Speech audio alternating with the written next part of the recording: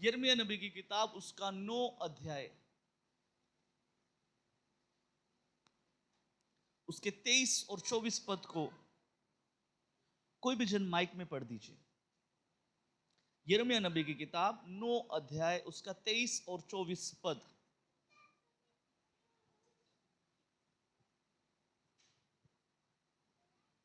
जल्दी से पढ़ दीजिए प्लीज।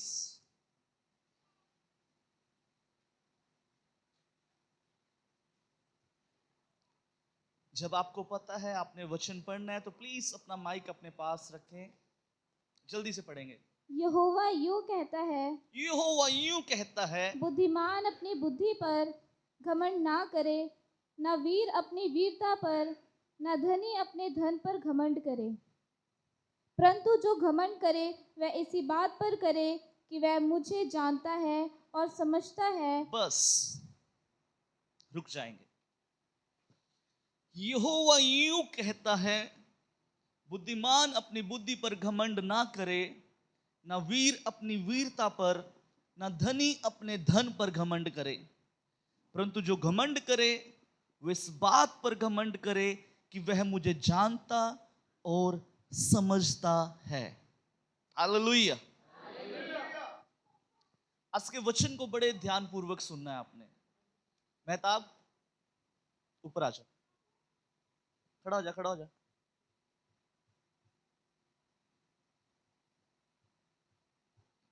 ऊपर आ जा, वहां पे बैठ। ज्योति उधर हो जा, हो जा, उधर हो जा। अब जो बच्चा शरारत करेगा वो मेरे पास आ जाएगा। बुद्धिमान अपनी बुद्धि पर घमंड ना करे, ना वीर अपनी वीरता पर घमंड करे, ना धनी अपने धन पर घमंड करे। परंतु जो घमंड करे वो इस बात पर करे कि वह मुझे जानता और समझता है। और इसके वर्ड्स के स्टार्टिंग में हमने एक शब्द को पढ़ा है, यहोवा यूं कहता है। यहोवा यूं कहता है, यानी ये शब्द जो है वो स्वयं उस महान परमेश्वर के हैं। उर्दू के अनुवाद में क्या लिखे आप पढ़ सकते हैं एक बार? जी माइक में पढ़ दें तो बेहतर होगा। खुदावन यूं फरमाता है, मेरे भाई माइक में पढ़ दीजिए। खुदावन यूं फरमाता है, न साहेब ए हिकमत अपनी हिकमत पर, और ना कभी अपनी कुव्वत पर, और ना मालदार अपने माल पर फक्र करे, लेकिन जो फक्र करता है इस पर फक्र करे कि वो समझता और मुझे जानता है। जी, यदि कोई फक्र करे तो इस बात पर करे वो मुझे समझता है और जानता है। इन दो बातों में अंतर है। समझने में और जानने में एक गहरा अंतर है। आज के वचन को बड़े ध्यान से सुनना। ये वचन हमसे बात करेगा और हो सकता है शायद हमें एक आईना दिखाए। जब मैं इस वचन को कई बार पढ़ता हूं तो कई बार मैं भी सोचने पर मजबूर हो जाता हूं। मैं अपने जीवन को चेक करता हूं। मैं जब जब इस वचन को पढ़ता हूं मैं अपने जीवन को चेक करता हूं। मैं खुदा की वेदी के ऊपर खड़ा हूं, मैं स्वयं अपने जीवन को चेक करता हूं, मेरा रिश्ता मेरे प्रभु के साथ कैसा है। जानने और समझने के बीच में एक बहुत बड़ा अंतर है। हम हर किसी को जानते नहीं हैं और ना ही हर किसी को समझते हैं। यह बात पक्की है, जान पहचान हमारी बहुत लोगों के साथ हो सकती है। जान पहचान हमारी बहुत सारे लोगों के साथ हो सकती है। हमारे समाज में, हमारे मोहल्ले के बीच में, हमारे शहर के बीच में, हमारे देश के बीच में, यहां तक कि विदेशों के बीच में भी हमारी जान पहचान कईयों के साथ हो सकती है। लेकिन अगर समझने की बात करें तो हम हर किसी को समझ नहीं पाते। जान पहचान हर किसी के साथ हो सकती है, लेकिन समझा हर किसी को नहीं जाता। मैं कुछ कहना चाहता हूं, जान पहचान हर किसी के साथ हो सकती है। आप समाज में रहते हैं, आपको बहुत सारे लोग जानते हैं। आप इस पृथ्वी के ऊपर हैं, आपको बहुत सारे लोग जानते हैं, लेकिन समझते आपको वही लोग होंगे जिन लोगों के आप करीब रहते हैं। अगर आप कहें जिस मोहल्ले में आप रहते हैं हर व्यक्ति आपको समझता है, ये कभी नहीं हो सकता। अगर आप कहें जिस शहर के अंदर, जिस नगर के अंदर आप रहते हैं, जिस देश के अंदर आप रहते हैं, उस देश के लोग आपको समझते हैं, ये कभी नहीं हो सकता। जान पहचान आपकी 100 लोगों के साथ छोड़ो, हजारों के साथ छोड़ो, लाखों के साथ हो सकती है, लेकिन कुछ लोग उन लाखों में से, उन हजारों में से कुछ ही लोग ऐसे होंगे जिनको आप समझते हैं और जो लोग आपको समझते हैं। अगर हम इन लोगों की रेशो निकालें तो एक छोटी सी रेशो निकल कर आती है, 0.00 समथिंग कुछ होगी। अगर परसेंटेज निकालें,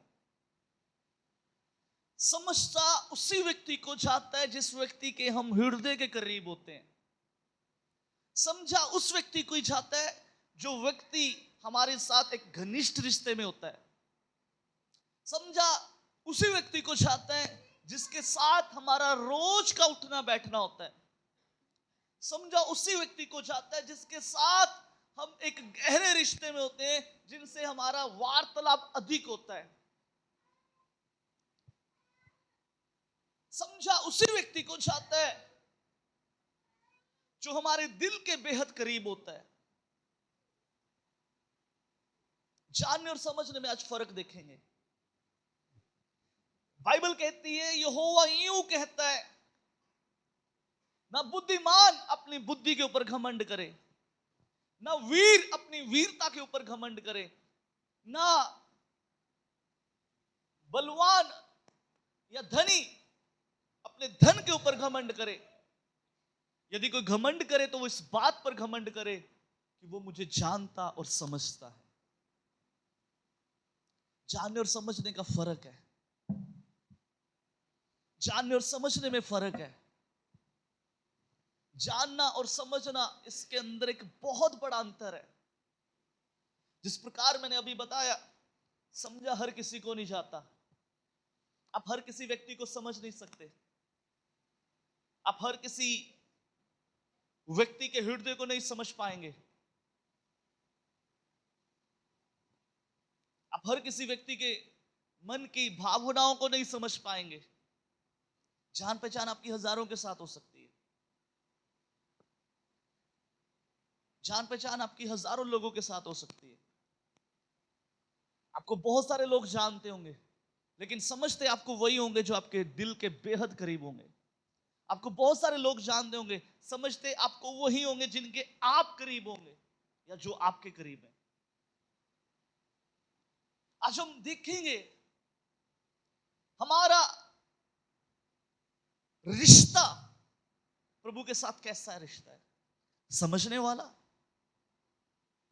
या सिर्फ जानने वाला? यीशु को जानती सारी दुनिया है। आज का जो समय है ना, आज का जो समय चल रहा है, एक ऑनलाइन माध्यम, एक ऐसा माध्यम बन चुका है जिसके द्वारा यीशु को बहुत सारे लोग जानते हैं,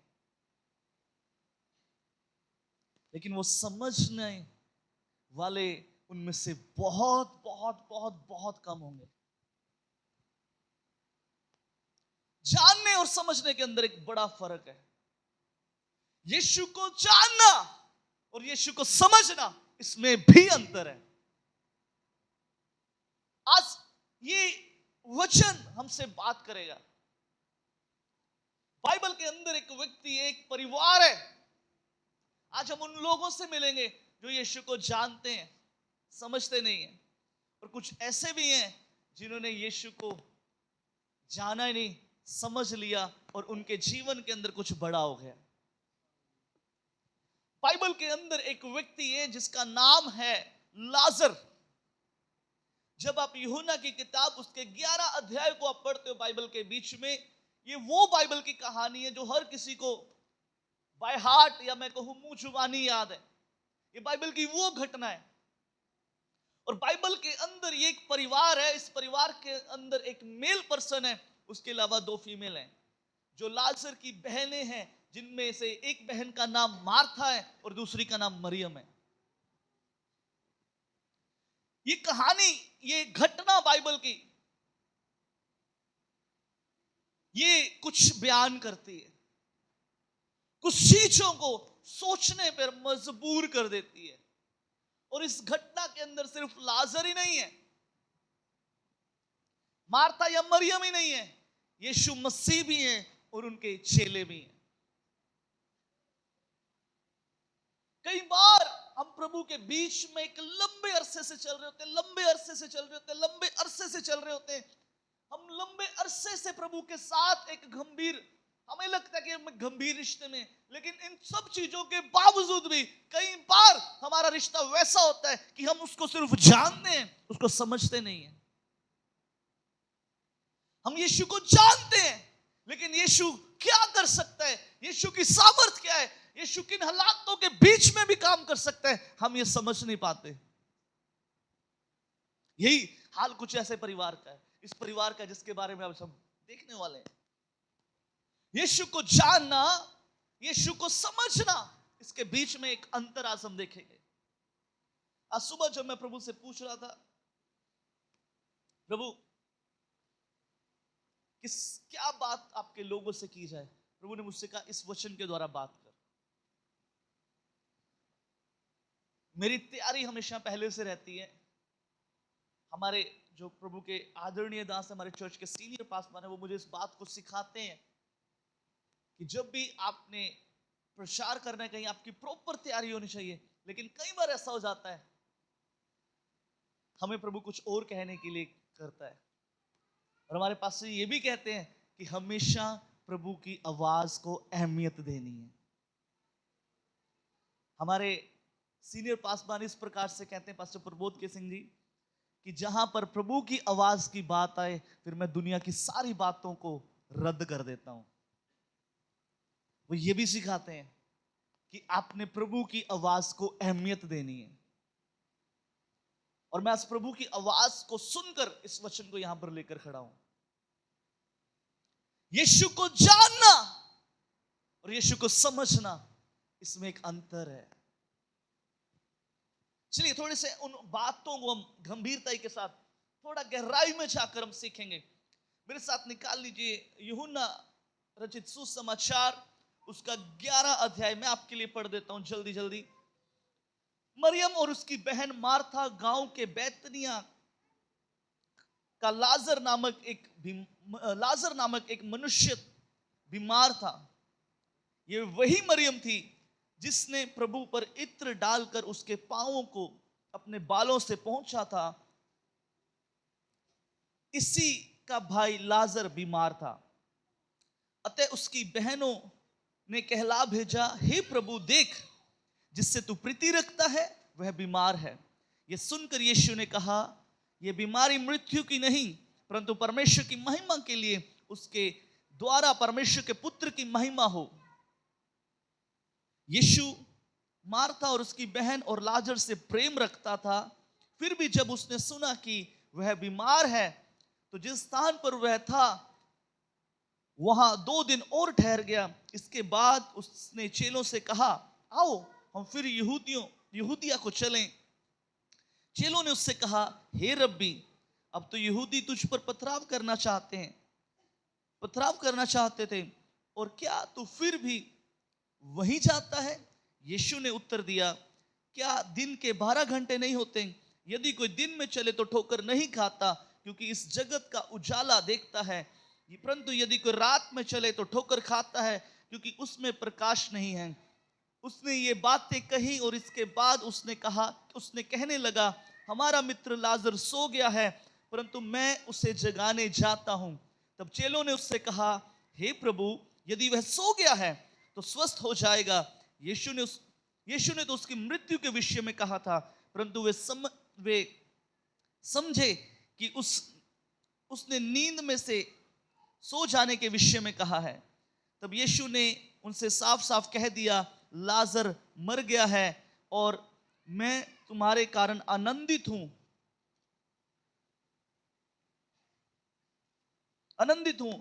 कि मैं वहां ना था जिससे तुम विश्वास करो, परंतु अब आओ हम उसके पास चलें। तब थोमा ने, जो दिदमुस कहलाता है, अपने साथी चेलों से कहा, आओ हम भी उसके साथ मरने को चलें। वहां पहुंचने पर यीशु को यह मालूम हुआ कि लाजर को कब्र में रखे 4 दिन हो चुके हैं। बैतनिया यरूशलेम के समीप कोई 2 मील की दूरी पर था। बहुत से यहूदी मार्था और मरियम के पास उसके भाई की मृत्यु पर शांति देने के लिए आए थे। जब मार्था ने यीशु के आने का समाचार सुना तो उससे भेंट करने को गई, परंतु मरियम घर में बैठी रही। मार्था ने यीशु से कहा, हे प्रभु, यदि तू यहां होता तो मेरा भाई कदापि ना मरता। और अब भी मैं जानती हूं कि जो कुछ तू परमेश्वर से मांगेगा परमेश्वर तुझे देगा। यीशु ने उससे कहा, तेरा भाई फिर जी उठेगा। मार्था ने उससे कहा, मैं जानती हूं कि अंतिम दिन में पुनरुत्थान के समय वह जी उठेगा। यीशु ने उससे कहा, पुनरुत्थान और जीवन मैं ही हूं, और जो कोई मुझ पर विश्वास करता है यदि वह मर भी जाए तो भी जिएगा, और जो कोई जीवित है वह मुझ पर विश्वास करता है वह अनंत काल तक ना मरेगा। क्या तू इस बात पर विश्वास करती है? उसने उससे कहा, हाँ हे प्रभु, मैं विश्वास करती हूं कि परमेश्वर का पुत्र मसीह जो जगत में आने वाला है वह तू ही है। ये कहकर वह चली गई और अपनी बहन मरियम को बुलाकर चुपके से कहा, गुरु यही है, तुझे बुलाता है। ये सुनते ही वह तुरंत उठकर उसके पास आई। यीशु अभी गांव में नहीं पहुंचा था। मरियम उस स्थान में था जहां मार्था ने उससे भेंट की थी। तब जो यहूदी उसके साथ घर में थे उसे शांति दे रहे थे। ये देखकर मरियम तुरंत उठकर बाहर गई और ये समझते कि वह कब्र पर रोने को जाती है उसके पीछे हो लिए। जब मरियम वहां पहुंची जहां यीशु था तो उससे देखते ही उसके पांव पर गिर पड़ी और कहा, हे प्रभु, यदि तू यहां होता तो मेरा भाई ना मरता। जब यीशु ने उसको और उन यहूदियों को जो उसके साथ आए थे रोते हुए देखा, आत्मा में बहुत ही उदास और व्याकुल हुआ और कहा, तुमने उसे कहां रखा है? उन्होंने उससे कहा, हे प्रभु, चल कर देख। यीशु रोया। तब यहूदी कहने लगे, देखो वे उससे कितना प्रेम रखता है। परंतु उनमें से कुछ ने कहा, क्या यह जिसने अंधे की आंखें खोली यह भी ना कर सका कि मनुष्य ना मरता? फिर यीशु मन में फिर से बहुत उदास होकर कब्र पर आया और वह एक गुफा थी और एक पत्थर उस पर रखा था। यीशु ने कहा, पत्थर हटाओ। उस मरे हुए की बहन मार्था उससे कहने लगी, हे प्रभु, उसमें से तो दुर्गंध आती है क्योंकि उसे मरे 4 दिन हो चुके हैं। यीशु ने कहा, मैंने तुझसे ना कहा, यदि तू विश्वास करेगी तो परमेश्वर की महिमा को देखेगी। तब उन्होंने उस पत्थर को हटाया। यीशु ने आंखें उठाकर कहा, हे पिता, मैं तेरा धन्यवाद करता हूं कि तूने मेरी सुन ली। मैं जानता हूं कि तू सदा मेरी सुनता आया है, परंतु जो भीड़ आसपास खड़ी है उसके कारण मैंने ये कहा, जिससे कि ये विश्वास करें कि तूने मुझे भेजा है। ये कहकर यीशु ने बड़े शब्द से पुकार कर कहा, हे लाजर, निकला। जो मर गया था वह कफन से हाथ पांव बांधे हुए निकल आया और उसका मुंह अंगोछे से लिपटा हुआ। यीशु ने उससे कहा, उसे खोल दो और जाने दो। प्रभु का पाक कलाम पढ़े और सुने जाने पर प्रभु की आशीष हो। हमने एक बड़ी गंभीर घटना को पढ़ा है। गंभीर, ये कहना गलत नहीं होगा, क्योंकि जिस परिस्थिति के बीच में ये परिवार है वो परिस्थिति हमें अंदर से तोड़ देती है। आपको मालूम है, जब किसी परिवार के बीच में से कोई अजीज चला जाता है उसके जाने का दुख उस परिवार के अलावा मैं कहता हूं और लोग अच्छे से नहीं समझ पाते। ऐसा नहीं है, लोग उन्हें आते हैं, संतावना देते हैं, लेकिन आकर चले जाते हैं, लेकिन जो असल में जिन्होंने कुछ खोया होता है, दर्द उन्हीं को मालूम होता है। और यहां पर सिचुएशन ऐसी है, यीशु मसीह और उसके चेले लाजर के घर से 2 मील की दूरी पर है, कुछ ही दूरी पर है। इन बिटवीन एक संदेश यीशु मसीह के पास आता है कि जिस व्यक्ति से तू प्रेम करता है वो बीमार है। और यीशु कहते हैं ये बीमारी मृत्यु के लिए नहीं, बल्कि परमेश्वर की महिमा उसके जीवन में प्रकट हो, इसलिए आई है। और वचन कहता है यीशु मसीह और थोड़ा समय उस जगह पर रुक गए, और बाइबल कहती है इस दौरान वो व्यक्ति मर गया जिसका नाम लाजर था। मैं आपको आसान करके बता देता हूं, वो व्यक्ति मर गया जिसका नाम लाजर था। और जब यीशु ने इस बात को जान लिया, यीशु ने अपने चेलों से कहा आओ हम यहूदियों को चलें। चेले कहते हैं प्रभु वहां पर तो लोग पथराव करने के लिए तैयार हैं, फिर भी वहां पर जाना है। यीशु ने कहा हमारा मित्र लाजर सो गया है। ये समझ नहीं पाए, ये समझ नहीं पाए।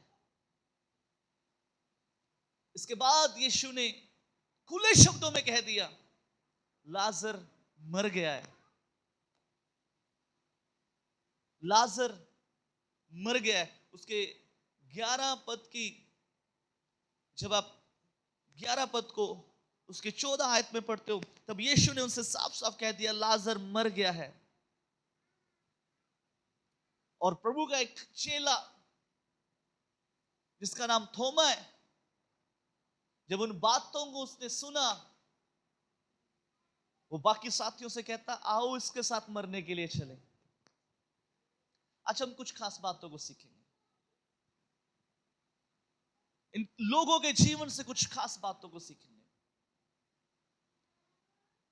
लाजर बीमार है, लाजर मर गया है।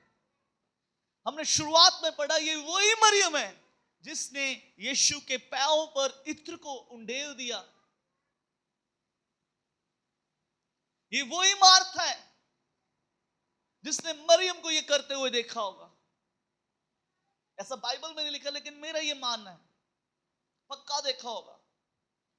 मरियम जब अपने घर से इत्र लेकर निकली होगी, मार्था को इस बात का पक्का मालूम होगा,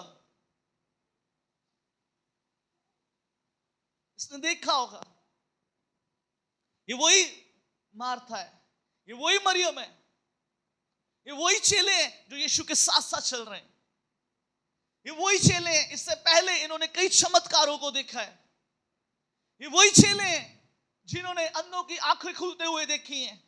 ये वही चेले हैं जिन्होंने मछलियों के द्वारा जाल फटते हुए देखे। ये वही चेले हैं जिन्होंने यीशु को पानी पर चलते हुए देखा है। ये वही चेले हैं जिन्होंने बड़े बड़े चमत्कार इस यीशु के द्वारा देखे हैं। ये वही मार्था और मरियम है जिन्होंने कई बार यीशु के साथ सेवकाई में जाकर बड़े बड़े कुछ अद्भुत कामों को देखा है। लेकिन फिर भी इन तमाम बातों के बाद ये उस यीशु को समझ नहीं पा रहे, ये उस यीशु को समझ नहीं पा रहे। मेरे प्रियो, आज मैं कुछ बातें आपसे कहना चाहता हूं। ये बात अच्छी है कि हम प्रभु के बीच में हैं, ये बात अच्छी है हम प्रभु के साथ चलते हैं, ये बात अच्छी है हम संडे को चर्च जाते हैं, ये बात अच्छी है कि हम आराधना करते हैं, प्रार्थना करते हैं, ये बात सब बातें अच्छी है। लेकिन इन सब बातों के बावजूद एक बात जो आपको, मुझे और आपके लिए जो अनिवार्य है, जो करना है, जो जरूरी है, वो ये है यीशु को सिर्फ जानना नहीं है, यीशु को समझने की कोशिश करनी है। जानने और समझने में अंतर होता है। कई बार हम सिर्फ हमारा रिश्ता प्रभु के साथ इतना ही होता है कि हम जानते हैं यीशु ये कर सकता है, हमें मालूम है। ये चेले इससे पहले कि मार्था और मरियम तक पहुंचा जाए, ये वो चेले हैं जो यीशु के साथ साथ रहते हैं, यीशु के साथ साथ खाना खाते हैं, यीशु के साथ साथ इन्होंने कुछ अद्भुत कामों को होते हुए देखा है। बाइबल में अभी हमने पढ़ा है, लोग आपस में कहते हैं इसने अंधों की आंखें खोली, क्या ये नहीं कर सकता था? ये लोग यीशु को जानने वाले हैं, ये लोग यीशु के पीछे पीछे चलने वाले हैं, ये 12 के 12 यीशु के साथ साथ चलते, साथ साथ चलते, साथ साथ चलते। जहां यीशु जाता है ये वहां पर साथ है, जहां यीशु जाता है यीशु के पीछे पीछे, जहां यीशु प्रार्थना करता है ये यीशु को प्रार्थना करते हुए देखते हैं। लेकिन थोमा क्या कह रहा है? आओ, जैसे यीशु ने कहा लाजर मर गया है, लाजर मर गया है, कहता आओ हम भी इसके साथ मरने के लिए चले। जानते हैं, समझ नहीं पा रहे कि अब ये लाजर के पास क्यों जाने वाला है। जानते हैं, ये जानते हैं यीशु को, यीशु के साथ साथ चलते हैं, यीशु के साथ एक घनिष्ठ रिश्ता है, यीशु के साथ साथ इनका एक अच्छा रिश्ता है। आसान भाषा में कुर्सियों के लिए लड़ते भी हैं ये, लेकिन फिर भी चलते जरूर हैं। यीशु को जानते हैं लेकिन समझ नहीं पा रहे, यीशु को समझ नहीं पा रहे। यीशु क्यों कह रहे हैं लाजर मर गया तो उसकी ओर चले? अगर थोमा जानता, और उससे भी अधिक कहूं, अगर थोमा यीशु को समझता, थोमा कभी ना कहता आओ हम मरने के लिए चलें, आओ हम मरने के लिए चलें, आओ हम मरने के लिए चलें। मालूम, यीशु को जानना काफी नहीं है, यीशु को समझ लेना बहुत ज्यादा जरूरी है। यीशु को जानना जरूरी नहीं है, यीशु को जानती पूरी दुनिया है, लेकिन समझ कौन रहा है? आज सवाल ये उठता है, समझता कौन है? हमारा रिश्ता प्रभु के साथ कौन सा रिश्ता है? जानने वाला या समझने वाला? हम यीशु को जान रहे हैं या यीशु को समझते हैं? कौन सा रिश्ता है? चेक करने की जरूरत है। थोमा कहता है आओ हम मरने के लिए चलें। मैं कहता हूं अगर ये व्यक्ति यीशु को समझता, अगर ये व्यक्ति यीशु को समझता, ये कभी ऐसा ना कहता, ये कभी ऐसा ना कहता। आगे चलते हैं, आगे चलकर जैसे इनको मालूम हुआ कि यीशु यहां पर आ गया है, मार्था दौड़ी दौड़ी दौड़ी दौड़ी प्रभु के पास गई, दौड़ी दौड़ी यीशु के पास गई, और क्या कहती है वहां पर जाकर? यीशु के साथ वार्तालाप क्या है इसका? उसके 21 अध्याय को जब आप पढ़ते हो वहां पर लिखा है, प्रभु मार्था ने यीशु से कहा प्रभु यदि तू यहां होता मेरा भाई नहीं मरता। एक हिंदी के अनुवाद में लिखा है कदापित ना मरता। कदापित यानी हो ही नहीं सकता कि वो मर जाता, इम्पॉसिबल है अगर यीशु यहां पर होता। अब इसकी बातें सुनना, इसकी बातों के ऊपर थोड़ा सा गौर करने की कोशिश करो, इसकी बातों की गहराई को समझने की कोशिश करो। प्रभु यदि तू यहां होता मेरा भाई कदापित ना मरता। ये जानती है, ये जानती है, और अच्छी तरह से जानती है, अच्छी तरह से जानती है। प्रभु यदि मेरा भाई यहां होता, यदि तू यहां पर होता, ये हो ही नहीं सकता था कि कभी मेरा भाई मर जाता। जानती है, अच्छे से जानती है। कदापित वर्ड इसने इस्तेमाल किया, इसने इस्तेमाल किया है हो ही नहीं सकता। कदापित, इसके शब्दों से क्या सुनने को मिलता है? इसको पक्का पता है कि अगर यीशु यहां पर होता ये मर ही नहीं सकता था। जानती है, जानती है, लेकिन आगे क्या कहती है? परंतु अब भी जानती हूं कि जो कुछ तू परमेश्वर से मांगेगा परमेश्वर तुझे देगा। सुनिए सुनिए सुनिए, कहती अब भी जानती हूं। पहली बात इसकी बातों से सुनिए, ये कहती है यीशु यदि तू यहां होता ये बात पक्की है, ये बात 110% पक्की है, मेरा भाई कभी मरता ही नहीं। मैं अब भी जानती हूं, ध्यान से सुनना, क्या करती हूं? मैं अब भी जानती हूं, जो कुछ तू परमेश्वर से मांगेगा परमेश्वर तुझे देगा। मार्था ने, परंतु अब भी मैं जानती हूं कि जो कुछ तू परमेश्वर से मांगेगा परमेश्वर तुझे देगा। उसके 23 पद में यीशु ने उससे कहा, तेरा भाई फिर जी उठेगा। ध्यान से सुनना, 23 पद कहता है, यीशु ने कहा, ठीक है, अगर तू जानती है तो तेरा भाई फिर से जी उठेगा, तेरा भाई फिर से जी उठेगा। मार्था ने उससे कहा, मैं जानती हूं अंतिम दिन में पुनरुत्थान के समय वह जी उठेगा। Hallelujah, hallelujah. ये भूल गई है, ये भूल चुकी है कि जिससे ये बात कर रही है पुनरुत्थान और जीवन वही है। मालूम क्यों? क्योंकि ये सिर्फ यीशु को जानती है, इसने सिर्फ यीशु को जाना है। ये जानती है कि यीशु यहां होता मेरा भाई ना मरता। ये जानती है प्रभु अभी भी जो ये परमेश्वर से प्रार्थना करेगा परमेश्वर इसके लिए वो कर देगा। ये सिर्फ जानती है। यीशु कहते हैं, मैं कहता हूं अगली बातों में तो प्रभु ने इसकी प्रार्थना सुन ली। यीशु का जवाब इस बात को बताता है कि यीशु तो तैयार हो चुका है, यीशु तो तैयार है काम करने के लिए। मैं कहता हूं यीशु तो तैयार है काम करने के लिए। कहती हाँ हाँ प्रभु मैं जानती हूं। यीशु कहते हैं तेरा भाई जी उठेगा। हाँ हाँ प्रभु मुझे मालूम है, हाँ हाँ प्रभु मुझे मालूम है। पुनरुत्थान अंतिम दिनों में, पुनरुत्थान के समय में मालूम हमने क्या पढ़ा?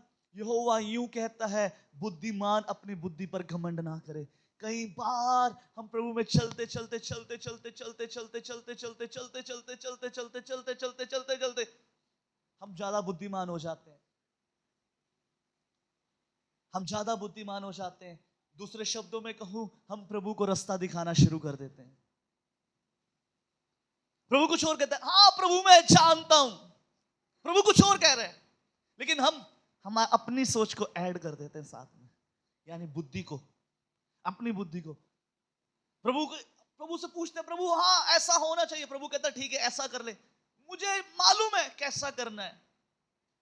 जानते हैं समझते नहीं, जानते हैं समझ नहीं पा रहे। यीशु को जान रहे हैं, यीशु को समझ नहीं पा रहे। बुद्धिमान अपनी बुद्धि पर घमंड ना करे, बुद्धिमान अपनी बुद्धि के ऊपर घमंड ना करे। कई बार हम परमेश्वर के पीछे चलते चलते अपनी बुद्धियों को साथ में लेकर चलते हैं। प्रभु कुछ करने के लिए कहते हैं, हम अपनी बुद्धि को साथ में लेकर चलते हैं। प्रभु कुछ करने के लिए कहते हैं, अपनी बुद्धि को साथ में लेकर चलते हैं।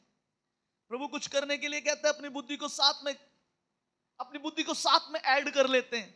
प्रभु मैं जानती हूं, मैं जानती हूं पुनरुत्थान के समय में, अंतिम समय में वो जी उठेगा। मालूम आगे यीशु ने कुछ और बोल दिया,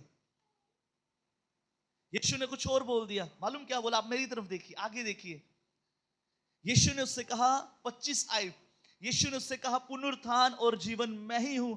जो कोई मुझ पर विश्वास करता है यदि वह मर भी जाए तो भी जिएगा। यीशु ने साफ साफ साफ साफ शब्दों में बोल दिया, साफ साफ शब्दों में बोल दिया, साफ साफ शब्दों में बोल दिया। और जो जीवित है और जो मुझ पर विश्वास करता है वह अनंत काल तक कभी नहीं मरेगा। क्या तू ये विश्वास करती है? उसने कहा, हाँ प्रभु मैं तो विश्वास कर चुकी हूं, तू परमेश्वर का पुत्र मसीह है जो जगत में आने वाला है। ये जानती है, ये जानती है। इसके शब्दों को ध्यान से सुनिए, इसके शब्दों की ओर ध्यान दीजिए। ये जानती है, हाँ प्रभु, हाँ प्रभु मैं विश्वास करती हूं, मैं जानती हूं, मैं जानती हूं, मैं विश्वास करती हूं कि परमेश्वर का पुत्र जो इस संसार में आने वाला है वो तू ही है। शब्दों की ओर ध्यान दीजिए। मैं जब इस अध्याय को पढ़ रहा था, मैं कहीं मार्था के बारे में सोच पा रहा था। मैं मार्था के बारे में थोड़ा सा गंभीरता के साथ सोच रहा था कि इसको खुद ही नहीं मालूम ये क्या क्या बातें कर रही है। ये प्रभु को जान रही है, इसकी बातों से मालूम क्या समझ आता है? सिर्फ इतना समझ आता है, ये यीशु को जानती है, ये यीशु को जानती है। यीशु साफ साफ शब्दों में कह रहे हैं, पुनरुत्थान और जीवन तेरे सामने खड़ा है। पुनरुत्थान और जीवन तेरे सामने खड़ा है। क्या तू विश्वास करती? हाँ, इसकी बातें बदल गई। प्रभु मैं विश्वास करती हूं। बुद्धि ऐड कर रही है, कुछ एक्स्ट्रा ऐड हो रहा है। प्रभु ने बोला तू विश्वास करती है, बोल सकती है प्रभु मैं विश्वास करती हूं। एक्स्ट्रा ऑर्डिनरी है ना। अपनी बुद्धि का घमंड है, अपनी बुद्धि को बीच में लेकर आ रही है। प्रभु मैं जानती हूं, मैं विश्वास करती हूं, परमेश्वर का पुत्र जो आने वाला वो तू ही है। हालेलुया। कई बार हमारे हालात ऐसे हो जाते हैं, हमारी परिस्थितियां ऐसी होती हैं। जिस यीशु के बारे में हम आज सीख रहे हैं, जिस यीशु में हम बढ़ रहे हैं, जिस यीशु के साथ साथ हम चल रहे हैं, जिस यीशु के नाम से हम सब कुछ होने के लिए कह देते हैं, उसको सिर्फ हम जानते हैं, समझते नहीं। ये वही मार्था है जिसने कई यीशु के चर्चों को सुना है। यीशु के चर्चे सुनने के बाद इसकी बहन मरियम उसके पास गई है। ये वही लोग हैं जिनको यीशु ने एक बड़े पाप के बीच में से निकाल लिया है।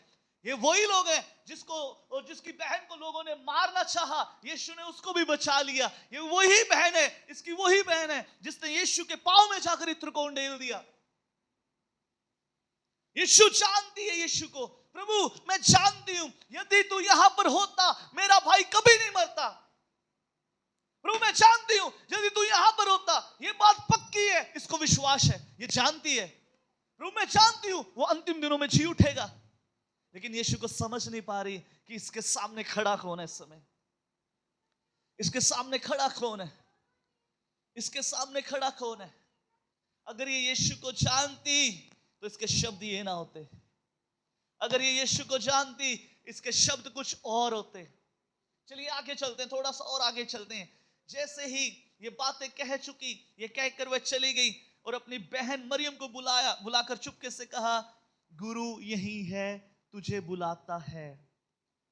सुनिए, अब कुछ बातों को ध्यान देना, कुछ बातों को ध्यान देना। इसके और इसकी बहन के जीवन के बीच में एक अंतर को हम देखेंगे।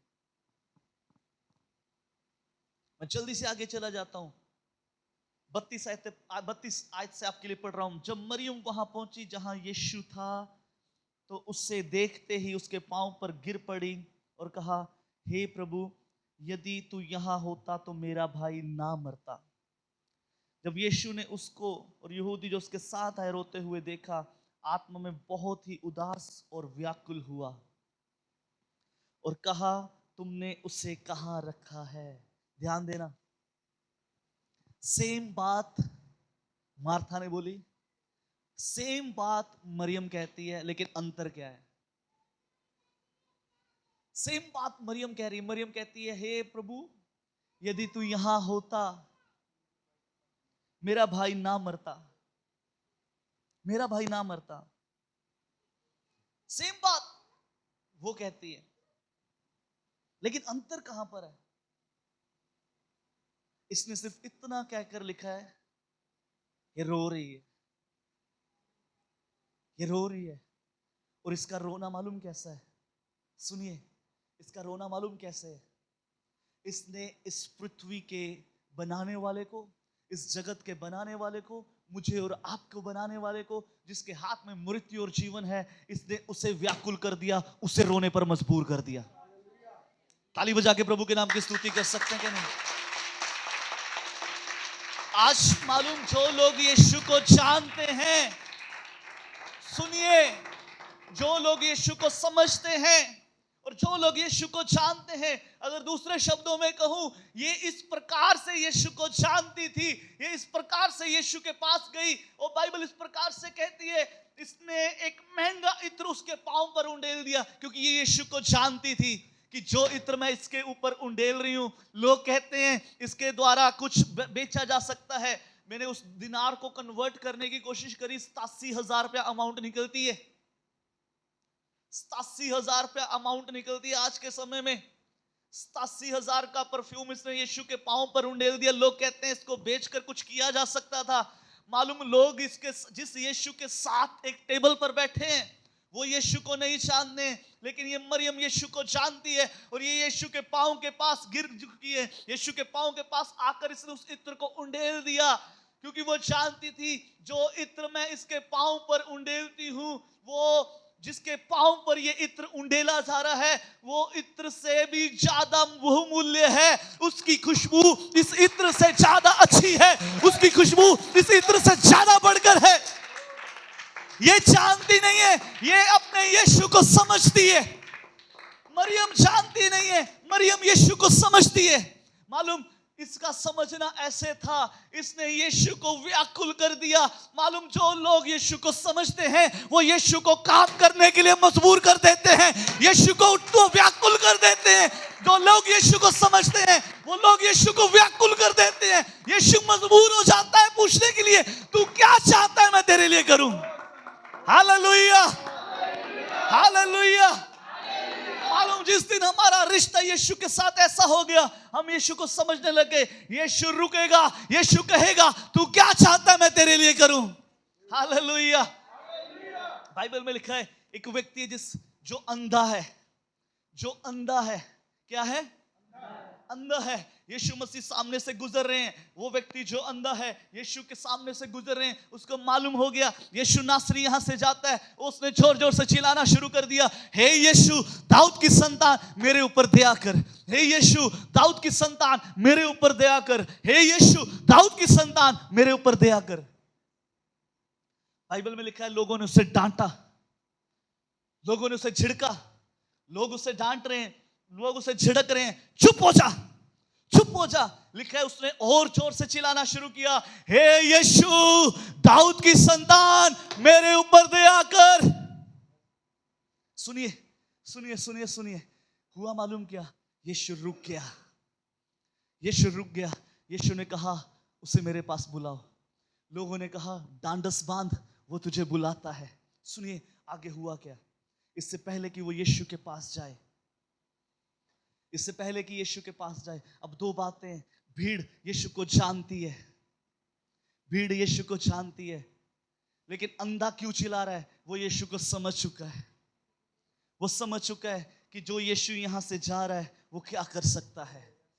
भीड़ अगर समझती तो भीड़ अंधे को यीशु से पहले, इससे पहले यीशु अंधे को बुलाता, भीड़ स्वयं अंधे को उसके पास ले जाती।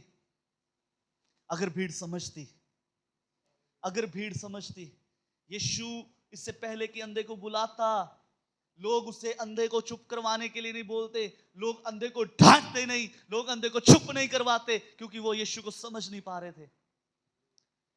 ये समझ चुका था, इसको मालूम हो चुका था, यदि आज मैं चुप रह गया, यदि आज मैंने लोगों की बातों को सुना, यदि आज मैं चुप रह गया, यदि आज मैंने नहीं चिल्लाया, यदि आज मैंने चिल्लाना बंद कर दिया, तो मैं अंधा पैदा हुआ हूं, अंधा ही मर जाऊंगा। ये समझ चुका था, ये समझ चुका था। इसके समझने का पता मालूम कहां से पता चलता है? बाइबल में लिखा है यीशु ने कहा उसे मेरे पास ले आओ, यीशु ने कहा उसे मेरे पास ले आओ। जब आप वचन को पढ़ते हो बाइबल इस प्रकार से कहती है, यीशु ने कहा उसे मेरे पास ले आओ, यीशु ने कहा उसे मेरे पास ले आओ। लोग कहते हैं उठ ढांढस बांध, यीशु तुझे बुलाता है। हुआ पता क्या? जब हम मरकुस की किताब 10 अध्याय उसके 50 आयत को जाकर पढ़ते हो, वहां पर इस प्रकार से लिखा है, सबसे पहले उसने उस कपड़े को जो उसके ऊपर था उतार कर फेंक दिया। बाइबल के इतिहास को जब आप पढ़ते हो, लोग जो अंधे भिखारी लोग होते थे, भिखारी लोगों की पहचान के लिए एक अलग से कपड़ा उनके ऊपर डाल दिया जाता था। लोग दूर से पहचान जाते थे उस कपड़े को देखकर कि ये एक भिखारी है, ये एक भिखारी है। एक इंग्लिश के अनुवाद में लिखा है, एक इंग्लिश के अनुवाद में इस प्रकार से लिखा है, So he threw off his beggar cloak, अपने उस भिखारीपन के कपड़े को उसने दूर फेंक दिया।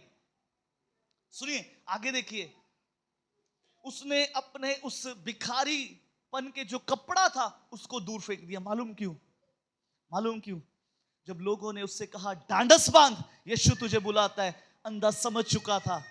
सुनिए आगे देखिए, अंधा समझ चुका था क्या कि आज जो यीशु मुझे बुलाता है, अब जब मैं इस यीशु के पास जाऊंगा उसके बाद मुझे इस भिखारी व कपड़े की जरूरत नहीं पड़ेगी, इस भीख मांगने की जरूरत नहीं पड़ेगी, क्योंकि अब मैं जिसके पास जाता हूं वो मुझे इस लायक बना देगा कि अब मैं लोगों को देने वाला बन जाऊं। मुझे मांगने की जरूरत नहीं पड़ेगी, मुझे किसी के सामने हाथ फैलाने की जरूरत नहीं पड़ेगी, मुझे किसी से कुछ मांगना नहीं पड़ेगा, क्योंकि जिसके पास मैं जाता हूं वो मुझे उठाएगा, वो मुझे बढ़ाएगा, वो मुझे मांगने वाला नहीं बल्कि देने वाला मुझे बना देगा।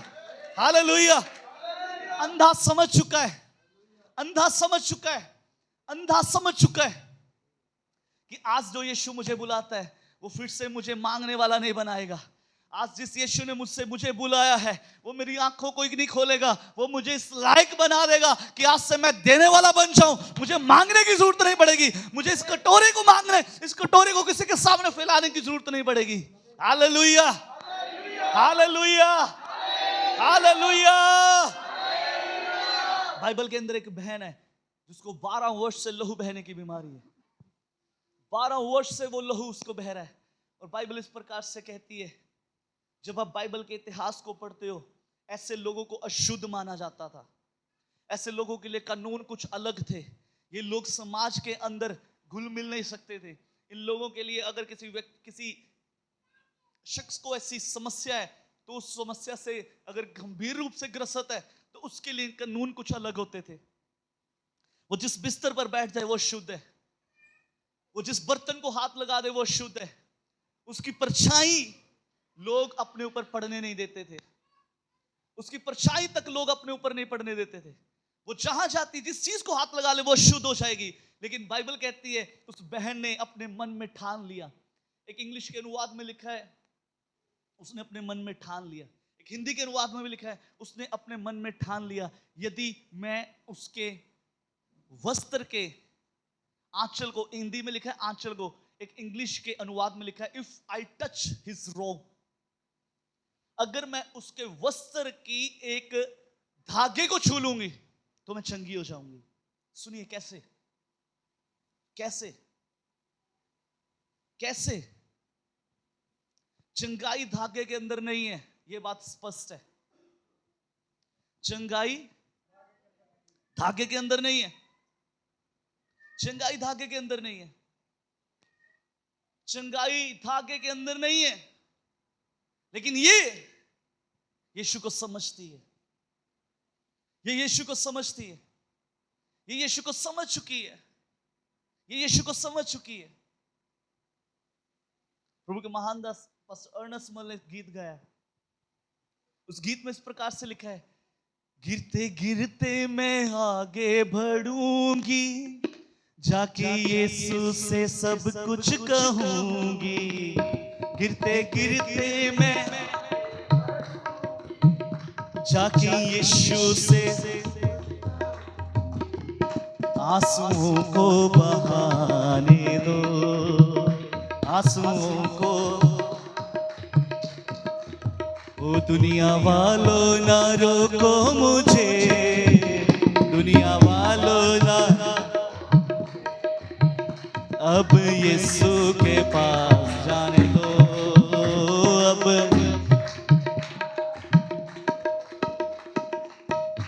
आगे हाथ यीशु को यूं ही लगाया, उसकी कुव्वत ने मुझको बचाया। हाथ यीशु को,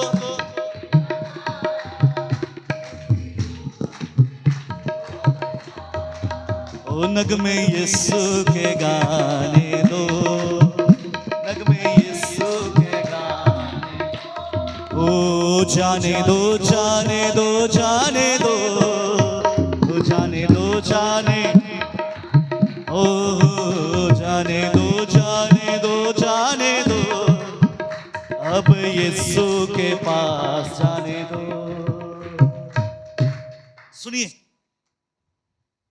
बाइबल को आप पढ़ते हैं, ये कहती यदि मैं उसके वस्त्र के एक धागे को छू लूंगी मैं चंगी हो जाऊंगी। कैसे? चंगाई धागे के अंदर नहीं है, चंगाई धागे के अंदर नहीं है। जब आप बाइबल को पढ़ते हो, बाइबल को आगे पढ़ते हो, बाइबल को ध्यान से पढ़ते हो, वहां पर इस प्रकार से लिखा है, ये भीड़ के बीचों बीच में से गई और इसने यीशु के जाके उस वस्त्र को छू दिया। हुआ मालूम क्या हुआ? पता क्या? यीशु रुक गया। अगेन आई रिपीट, यीशु रुक गया। यीशु ने पीछे देखा, अपने चेलों से कहा, मुझे किसने छुआ? ध्यान से, मुझे किसने छुआ? मैं कहता हूं चेले हंस रहे होंगे, चेले मुस्कुराए होंगे। लिखा है भीड़ उस पर गिरी जाती थी, भीड़ उसके ऊपर, भीड़ यीशु पर, भीड़ यीशु पर, अरे जोर से बोलिए, भीड़ यीशु पर। लेकिन मालूम, उस भीड़ में से कोई समझ नहीं पाया कि आज जो यहां से जा रहा है वो कौन है। ये एक आई, ये समझ चुकी थी, आज जिसके पास मैं जा रही हूं, मुझे उसको रोकने की भी जरूरत नहीं है, सिर्फ उसके वस्त्र के एक धागे को छू लूंगी, मैं चंगी हो जाऊंगी। ये समझ चुकी थी। ध्यान से सुनना, यीशु ने अपने चेलों से कहा, मुझे किसने छुआ? चेले कहते हैं, प्रभु जी भीड़ तुझ पर गिरी जाती है, आप ये क्या कहते हैं कि मुझे किसने छुआ? यीशु के सवाल सुनिए, यीशु के जवाब सुनिए, क्या है? यीशु ने कहा, मुझ में से सामर्थ निकली है। दोबारा सुनिए, मुझ में से सामर्थ, हाँ जी, दोबारा बोलिए, अरे जोर से बोलिए, क्या हुआ है? सुनिए, निकली है का मतलब मालूम क्या है? निकली है का मतलब मालूम क्या है? यीशु की इच्छा के बिना। किसी का पर्स निकला है कभी? किसी के पैसे निकले? भाई सुनील का, भाई अशोक है ना, दो जन ने हाथ खड़े कर दिए, प्रिंस ने भी हाथ खड़ा कर दिया, है ना? पैसे निकले और देने में क्या फर्क होता है? हाँ जी, हम नहीं चाहते थे हमारे पैसे निकले, लेकिन निकल गए। हालेलुया। हम नहीं चाहते थे हमारे पैसे निकले, लेकिन फिर भी निकल गए, यानी कि इच्छा के विरोध में है। ध्यान से सुनना, इच्छा के या इच्छा के विरोध में ना कहकर हम ये कह सकते हैं कि हमारे दिल और दिमाग में भी नहीं था कि हमारे पैसे निकल जाएंगे, लेकिन फिर भी निकल गए। सुनिए, अब कुछ खास बातों को कहने चाहता हूं। ये प्रकाशन है जो प्रभु ने मुझे दिया, यानी यीशु को मालूम नहीं था कि उसमें से सामर्थ निकलेगी, और ना ही ये यीशु की इच्छा के बीच में था, और ना ही यीशु को मालूम था। लेकिन एक आई जो यीशु को सिर्फ जानती नहीं थी। ये लोग यीशु को जान रहे हैं, ये उसके ऊपर गिर रहे हैं, लेकिन किसी ने भी उसके अंदर से सामर्थ को निकाला नहीं। दूसरे शब्दों में कहूं, इसने यीशु के वस्त्र को छूकर अपनी चंगाई प्राप्त नहीं करी, इसने चंगाई को खींच लिया। Hallelujah, hallelujah. क्योंकि ये जानती थी। सुनिए सुनिए सुनिए, एक और भेद की बात बताता हूं। भीड़ यीशु पर गिरी जाती है, इसको कैसे मालूम है? मैं यीशु का वस्त्र ही मेरे हाथ में आ रहा है। हालेलुया। ये जानती थी, ये समझती थी, यहां पर जितने वस्त्र पहने हुए लोग हैं, इनमें से एक ऐसा वस्त्र है जिसके धागे को छू लूंगी, मैं चंगी हो जाऊंगी। इसने अपनी चंगाई को उसके बीच में से निकाल लिया, क्योंकि ये समझ चुकी थी, आज जो यहां से जाता है उसके कपड़ों के अंदर सामर्थ है, आज से जो यहां से जाता है उसकी मिट्टी के अंदर सामर्थ है। वो जहां पे पांव रख देगा वो जगह बदल जाएगी। Hallelujah, hallelujah. यीशु को जानना काफी नहीं है, यीशु को समझना काफी है। यीशु को समझना जरूरी है। ये समझ चुकी भीड़ यीशु पर गिरी जा रही है, किसी की हिम्मत नहीं, यीशु खुद किसी को चंगा कर दे, किसी की हिम्मत नहीं हुई कि यीशु के पास आके उसको छुए और चंगा हो जाए। लेकिन ये एक आई, मैं कहता हूं ये एक काफी थी यीशु के बीच में से सामर्थ खींचने के लिए। ये एक काफी थी उसको रोकने के लिए, ये एक काफी थी इतिहास लिखने के लिए।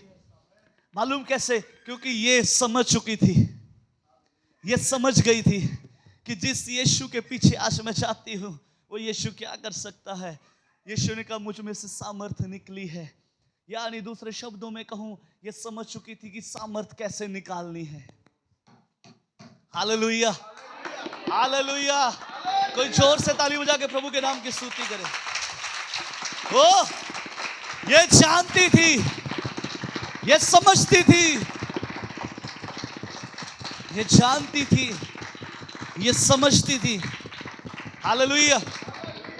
ये जानती थी और समझती थी क्या, कि जिसके पास आज मैं जाती हूं वो ऐसा व्यक्ति है, वो कोई साधारण व्यक्ति नहीं है।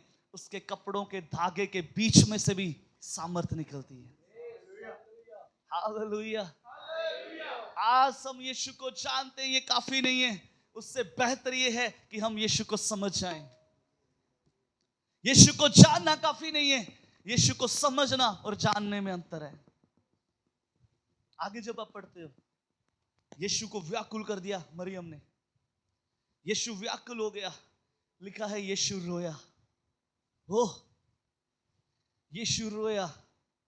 व्याकुल का अर्थ मालूम क्या है?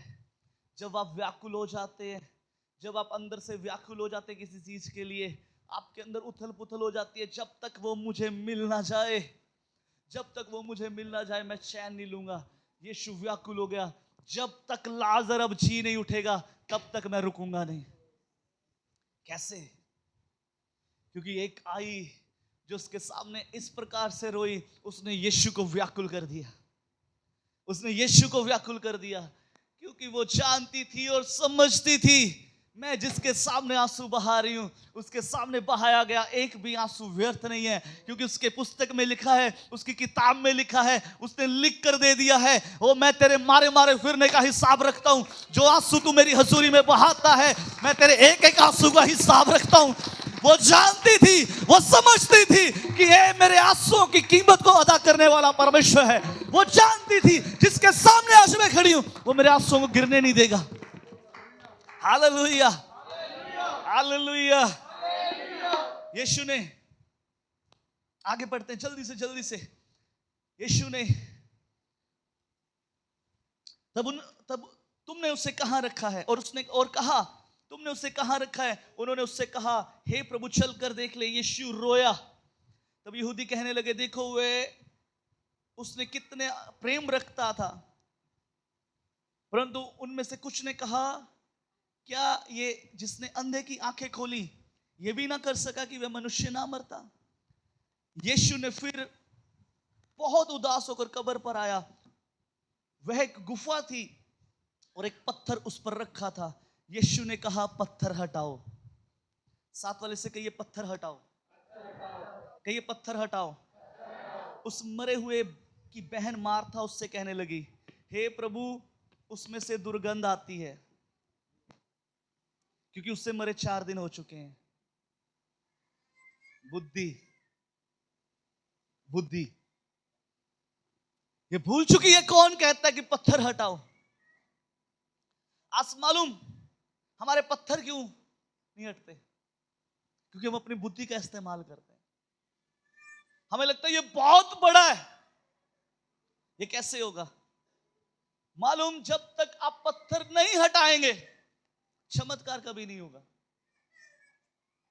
जब तक पत्थर हटेगा नहीं, मुर्दा बाहर नहीं आएगा। Hallelujah, hallelujah, hallelujah. यीशु से कहती है, हे यीशु, उसमें से दुर्गंध आती होगी क्योंकि उसे मरे हुए 4 दिन हो चुके हैं। यीशु ने उससे कहा, मैंने तुझसे नहीं कहा था यदि तू विश्वास करेगी तो परमेश्वर की महिमा को देखेगी? तब उन्होंने पत्थर को हटाया। यीशु ने आंख उठाकर कहा, हे पिता, मैं तेरा धन्यवाद करता हूं कि तूने मेरी सुन ली है। मैं जानता हूं कि तू सदा मेरी सुनता आया है, परंतु जो भीड़ आसपास खड़ी है उसके कारण मैंने ये कहा कि वे विश्वास करें कि तूने मुझे भेजा है। ये कहकर यीशु ने बड़े शब्द से पुकार कर कहा, हे लाजर, निकला। जो मर गया था वह कफन हाथ में बांधे, पांव में बांधे हुए निकल आया और उसका मुंह अंगोछे से लिपटा हुआ था। यीशु ने उससे कहा, उसे खोल दो और जाने दो। हालेलुया। ये फिर यीशु को जानती है, समझ नहीं पा रही कि कौन पत्थर हटाने के लिए कह रहा है। आज आप कुछ बड़ा करना चाहते हैं ना, कि मरे हुए हालातों को फिर से आप जीवित पूर्ण स्थापित होता हुआ देखना चाहते हैं ना, मैं आपसे आज एक बात कहना चाहता हूं, जो यीशु ने लोगों से कही। आज मैं इस कलीसिया से कहता हूं, यदि आप किन्हीं चीजों को पूर्ण स्थापित होते हुए देखना चाहते हैं, तो एक पत्थर जो शायद हमारे दिमाग के ऊपर है, एक पत्थर जो शायद हमारी चीजों के सामने है, एक पत्थर जो ऐसा है जो हमें आगे बढ़ने से रोकता है, सबसे पहला और महत्वपूर्ण काम, उस पत्थर को हटाना पड़ेगा। आपको यह समझना पड़ेगा पत्थर हटाने के लिए कह कौन रहा है। आपको यह समझना पड़ेगा पत्थर किसके द्वारा हटाया जा रहा है। मालूम, जब जब पत्थर हटेगा, जब जब पत्थर हटाया जाएगा, तब तब मुर्दा परिस्थितियां जीवित हो जाएंगी। जब जब पत्थर हटाया जाएगा, मुर्दा हालात जीवित हो जाएंगे। जब जब पत्थर हटाया जाएगा, कुछ जीवित होगा। जब जब पत्थर हटाया जाएगा, कुछ पुण्य स्थापित हो जाएगा। जब जब पत्थर हटाया जाएगा, कुछ बड़ा होगा। जब जब पत्थर हटाया जाएगा, जो आंखों ने नहीं देखा, जो कानों ने नहीं सुना, जिसका जिक्र किसी की जुबान पर नहीं है, वो काम यीशु के नाम से हो जाएगा। हालेलुया। सुनिए, मैं आपसे कहना चाहता हूं, कुछ खास बातों को कहना चाहता हूं। ये जो चमत्कार यहां पर हुआ बैतनिय्याह के बीच में, इससे पहला बड़ा चमत्कार कभी नहीं हुआ था। इससे पहला और बड़ा चमत्कार कभी नहीं हुआ था। इससे पहले लोगों ने आंखों को खुलते देखा था, लंगड़ों को चलते हुए देखा होगा, लेकिन मुर्दे को जी उठते हुए नहीं देखा था। मैं आपसे कहना चाहता हूं, जब जब पत्थर हटेगा, तब तक वो काम हो जाएंगे जो आंखों ने नहीं देखे, जो कानों ने नहीं सुने, जिसका जिक्र किसी की जुबान पर नहीं है। वो जब जब पत्थर हटाया जाएगा, कुछ बड़ा हो जाएगा। जब जब पत्थर हटाया जाएगा, कुछ महान हो जाएगा। जब जब पत्थर हटाया जाएगा, आपके लिए वो हो जाएगा जो आपने कभी नहीं देखा। हालेलुया। सुनिए, ये पहला चमत्कार था जो बहुत बड़ा था। दूसरे शब्दों में कहूं, जब जब आप पत्थर हटाएंगे, आपके जीवन में जो चमत्कार होगा, वैसा चमत्कार आपने कभी नहीं सुना होगा। इतिहास आप लिखेंगे। आमीन। छोटा जोर से बोलेंगे आमीन। साथ वाले से कहिए, पत्थर को हटाओ। बोलिए, पत्थर को हटाओ। कुछ बड़ा होगा, कुछ बड़ा होगा जो आंखों ने नहीं देखा, जो कानों ने नहीं सुना, जिसका जिक्र किसी की जुबान पर नहीं है, आपके लिए वो हो जाएगा। Hallelujah, hallelujah, hallelujah, hallelujah. एक प्रभु के महान दास ने इस प्रकार से कहा, ये तो मेरा यीशु था जिसने लाजर का नाम ले दिया। हो, ये तो मेरा यीशु था जिसने लाजर का नाम ले दिया। अरे जरा सोच के देखो, कहीं उसने ये नहीं कह दिया मुर्दे बाहर आ जाओ, उस दिन कितनी कब्रें फट जाती। हालेलुया। अरे ये तो यीशु था जिसने कहा लाजर बाहर आ जा। जरा सोच के देखिए, अगर उसने कह दिया था मुर्दो बाहर आ जाओ, मैं कहता हूं इस पृथ्वी के ऊपर भूचाल आ जाता। Hallelujah, hallelujah. जिस परमेश्वर की आप आराधना करते हैं, आपको मालूम होना चाहिए, आपको समझ होनी चाहिए कि उसके अंदर क्या सामर्थ है। जो कोई नहीं कर सकता, वो मेरा यीशु कर सकता है। आपको यह मालूम होना चाहिए, जिस यीशु की आप आराधना करते हैं, जिस यीशु के आप पीछे चलते हैं, जिस यीशु का आप नाम लेते हैं, वो कुछ भी कर सकता है। हालेलुया। जिस यीशु की आप आराधना करते हैं, वो कुछ भी कर सकता है। वो कुछ भी कर सकता है। जो शब्द डिक्शनरी के अंदर है ही नहीं, प्रभु वो भी कर सकता है। हालेलुया। वो कुछ भी कर सकता है। बोलिए, वो कुछ भी कर सकता है। वो कुछ भी कर सकता है। मैं हमारे घर में अक्सर इन बातों को बोलता रहता हूं, वो कुछ भी कर सकता है। हालेलुया। जिस प्रभु की मैं आराधना करता हूं, जिस प्रभु की आप आराधना करते हैं, मालूम, वो इस आकाश और पृथ्वी को बनाने वाला परमेश्वर है। उसने सूरज चांद सितारों को बनाया हुआ है।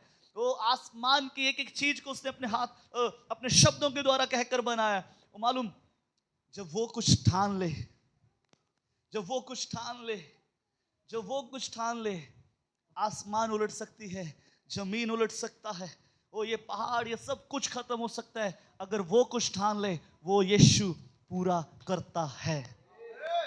Hallelujah, hallelujah, hallelujah.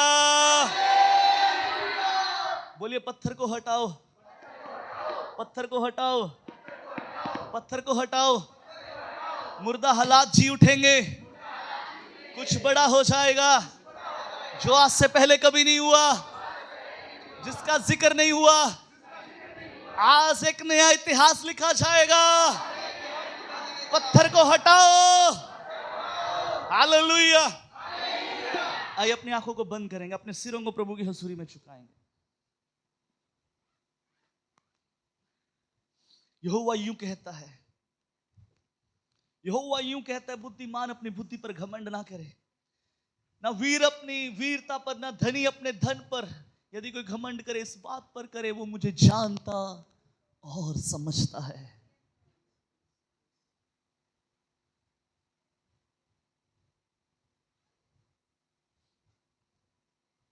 आज उसको समझने की जरूरत है। वो बहन आई, समझ गई। यीशु कहता मुझ में से सामर्थ्य निकली है, उसने निकाला है। यीशु से आप भी निकाल सकते हैं। मरियम आई, रोई, उसने उसे व्याकुल कर दिया। आप भी उसे व्याकुल कर सकते हैं। यशायाह नबी की किताब इस प्रकार से कहती है, उसके 62 अध्याय को जब आप पढ़ते हैं, हे यरूशलेम, मैंने तेरी शहरपना पर पहरुए बिठाए हैं, वे दिन रात कभी चुप ना रहेंगे। हे यहोवा को स्मरण करने वालों, चुप ना रहो, चुप ना रहो। जब तक वो यरूशलेम को उठाकर उसकी प्रशंसा इस पृथ्वी पर ना फैला दे, तब तक उसे भी चैन लेने ना दो।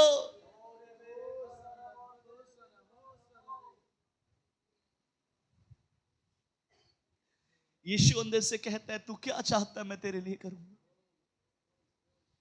अंधा समझ चुका था, ये वही यीशु है जो मेरी आंखों को खोल सकता है। मरियम जान गई थी, समझ गई थी कि जिसके सामने मैं आंसू बहाती हूं, वो मेरे आंसुओं को अपनी कुप्पी में समेटना चाहता है, और वो मेरे आंसुओं का हिसाब देना चाहता है। वो मेरे आंसुओं को व्यर्थ नहीं जाने देगा। चेले समझ नहीं पाए, चेले यीशु को समझ नहीं पाए, वो समझने में असफल हो गए।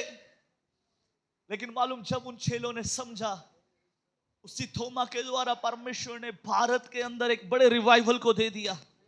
जब वो पतरस समझ गया, जब वो पतरस यीशु की सामर्थ को समझ गया, वही पतरस 3000 लोगों के सामने खड़े होकर प्रचार करता है। वही पतरस यीशु के नाम से बड़े बड़े अद्भुत कामों को करता है। उसी पतरस की परछाई के द्वारा प्रभु बड़े बड़े कामों को कर देता है। लिखा है, उन्होंने जगत को उल्टा पुल्टा कर दिया। कब? जब वो समझ गए, जब वो समझ गए। प्रभु आज मैं विनती करता हूं आपके लोगों के लिए, प्रभु आप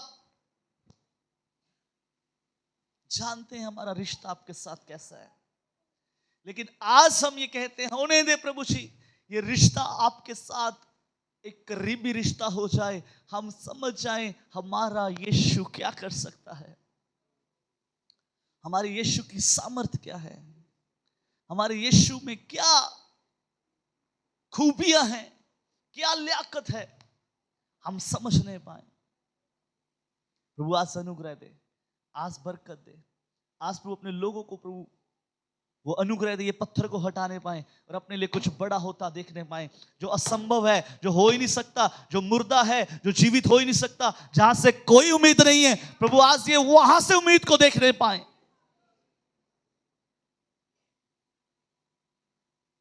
उस अंधे की तरह ये अपने कपड़े को फेंक दें और ये जान लें कि जिस यीशु के पीछे मैं चलता हूं, वो मुझे इस कपड़े को दोबारा इस्तेमाल करने नहीं देगा। वो मुझे मांगने वाला नहीं, अब देने में सक्षम बना देगा। आज अपने लोगों के ऊपर अनुग्रह करें। इस जीवित कलाम के लिए हम आपका हाथ उठाकर धन्यवाद देते हैं प्रभु जी। सारा आदर महिमा जलाल यीशु आपको देते हैं। यीशु नाम से प्रार्थना मांग लेते हैं और पा लेते हैं। आमीन।